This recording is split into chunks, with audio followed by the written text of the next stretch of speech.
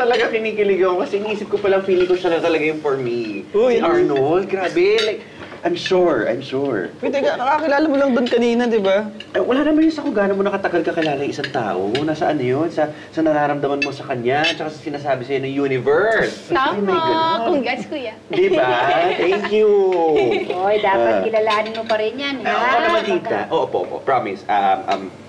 Maging safe ako, maingat. Kikilalanin ko naman siya ng gusto. Wala naman siya gagawin sa akin. Oo, basta pagka nagkatuluyan kayo, sama mo dito para makilala namin. Ay, sige po, dito. Thank you. Supportive. Actually, iniisip ko na nga na isama ko siya dun sa surprise party natin para kay Ay. Ano yun? Ano yun? May pinaplano ka? Ako? Wala. Ayan ka na naman eh. Wala nga. Huwag mo na akong isusurprise ng ganun. Matanda na tayo para sa ganyan. At saka nagpa-reserve ako dun sa party music place eh. Dun tayo mag-celebrate bukas. Yung KTV? Teka, KTV? Ayaw mo ba? Hindi. Alam naman natin lahat na mahilig kang kumanta, di ba? Kaya lang, magkakaproblema tayo niyan. Bakit? Baka kumanta si Robert. Ayun yan. No? Oo nga. Pagdasin tayo doon. Hindi, po kayo. May sasabihin lang ako. Yung pa-surprise kay Ma'am Elsa nyo, hindi na natin tutuloy. Siya na nagdesisyon kagabi. Sabi ko sa'yo, mas nakaka-surprise kapag walang surprise. Tama ka na nga. Oo nga, tama nga ako. Tama na kayo. Uy, alam nyo, sumunod na kayo sa KTV mamaya, ha? Papasundo kayo kay Robert. Apo, sir. Sige po, sir. Thank you. Pepito, alam mo, sabi na kaibigan ko, kung bilhin mo na kaagad ang negosyo niya ngayon, bibigyan tayo ng discount. Hindi na nga eh. Tsaka hindi ko na kailangan bumili ng negosyo para panregalo sa graduation ni Elsa. Uy, anong bibili ng negosyo para sa graduation? Walang ganun. Simple lang ang gusto ko. Sumama ka na lang sa amin mamaya. Pag-isipan niyo naman na mabuti, sayang kasi. Ay, Mang Tommy, hindi na po ba kayo magkaibigan ni Sir? What? Why? Ay, kasi wala na pong my friend. Kasi hindi siya mangungutang. Actually, pwede rin ako mangutang. Thank you for reminding me. Pepito, my friend!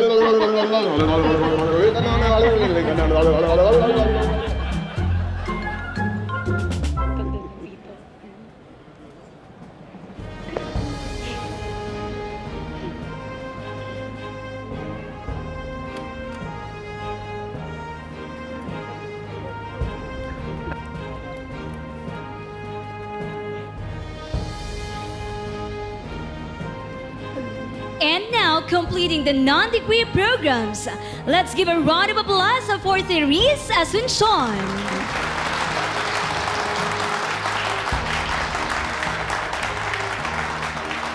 Melvin Baltazar. Jazz Bruceran.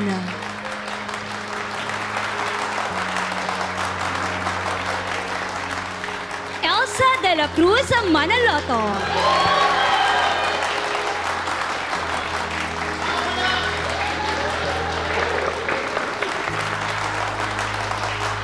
Rolando Macapagal.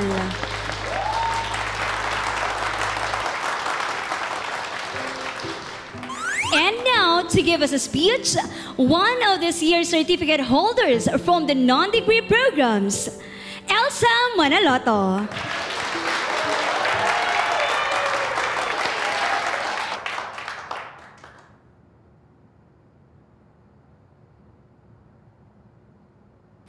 Graduates, certificate holders, congratulations. Madalas, sinasabi natin, lahat nagsisimula sa pangarap. Pero ako, lahat nagsimula sa nag-iisang tanong ko sa sarili ko. At ang tanong na yon ay dahil sa asawa ko. Kilala halos ng lahat ang asawa ko, si Pepito.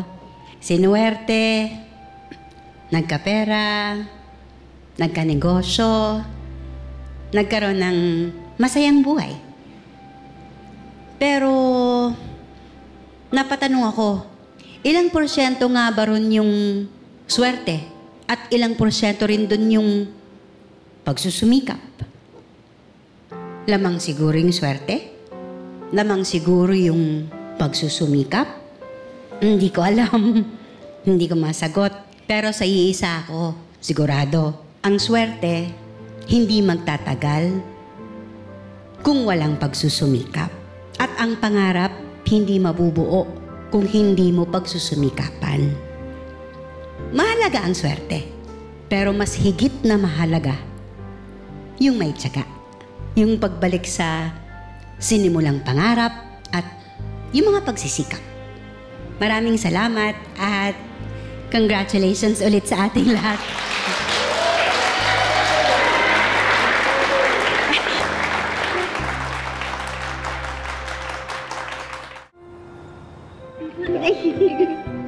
Yay! Ang ganda ng speech mo kanina. Thank you. Hoy! Wow! Oh, si Miss Victoria. Congratulations. Thank you.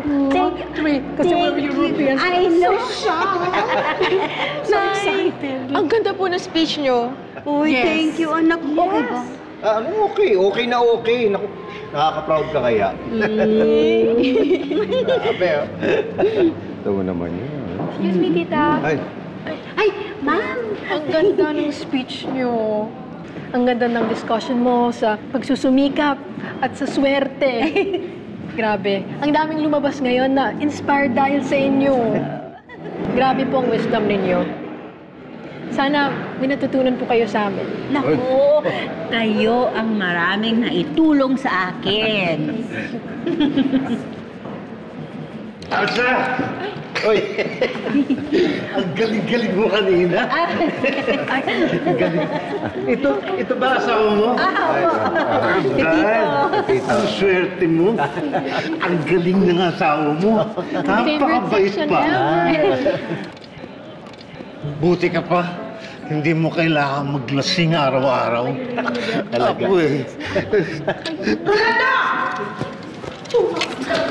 Kanina pa kita hinahanap. Paano ba naman? Puro ka na naman inom. Narinig mo yan, ha? Ang swerte ko raw sa'yo. Sana huwag kang gumayad sa asawa niya. Depende. Huwag kang maglalasing katulad niya. Sa'yo lang naman ako nalalasing. Hitay! Nalasing ako.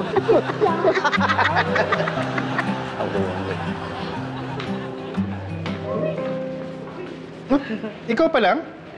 As usual, ako lang yung punctual. Galing usual, punctual, magkatunog Alam mo ba ibig sabihin nun? Ay, grabe ka naman natin, baby. Anong kala mo kay Maria? Hindi magaling mag-English? Oo nga. Ay, ano nga ibig sabihin nun? Oo, sige nga. Sabi niya, punctual. Oo. Di, bading. Punctual, di siya lang yung bading. Yun pala yun. Alam mo, may nagsabi rin sa akin na punctual daw ako. Ganon? Ano naman yun? Kaya naman masama maging punctual Wala naman. Sige, doon na yun. Ito kasi ginawa Wala lang kami time mag-explain sa pagiging punctual. No? Hello? Ba't kayo lang?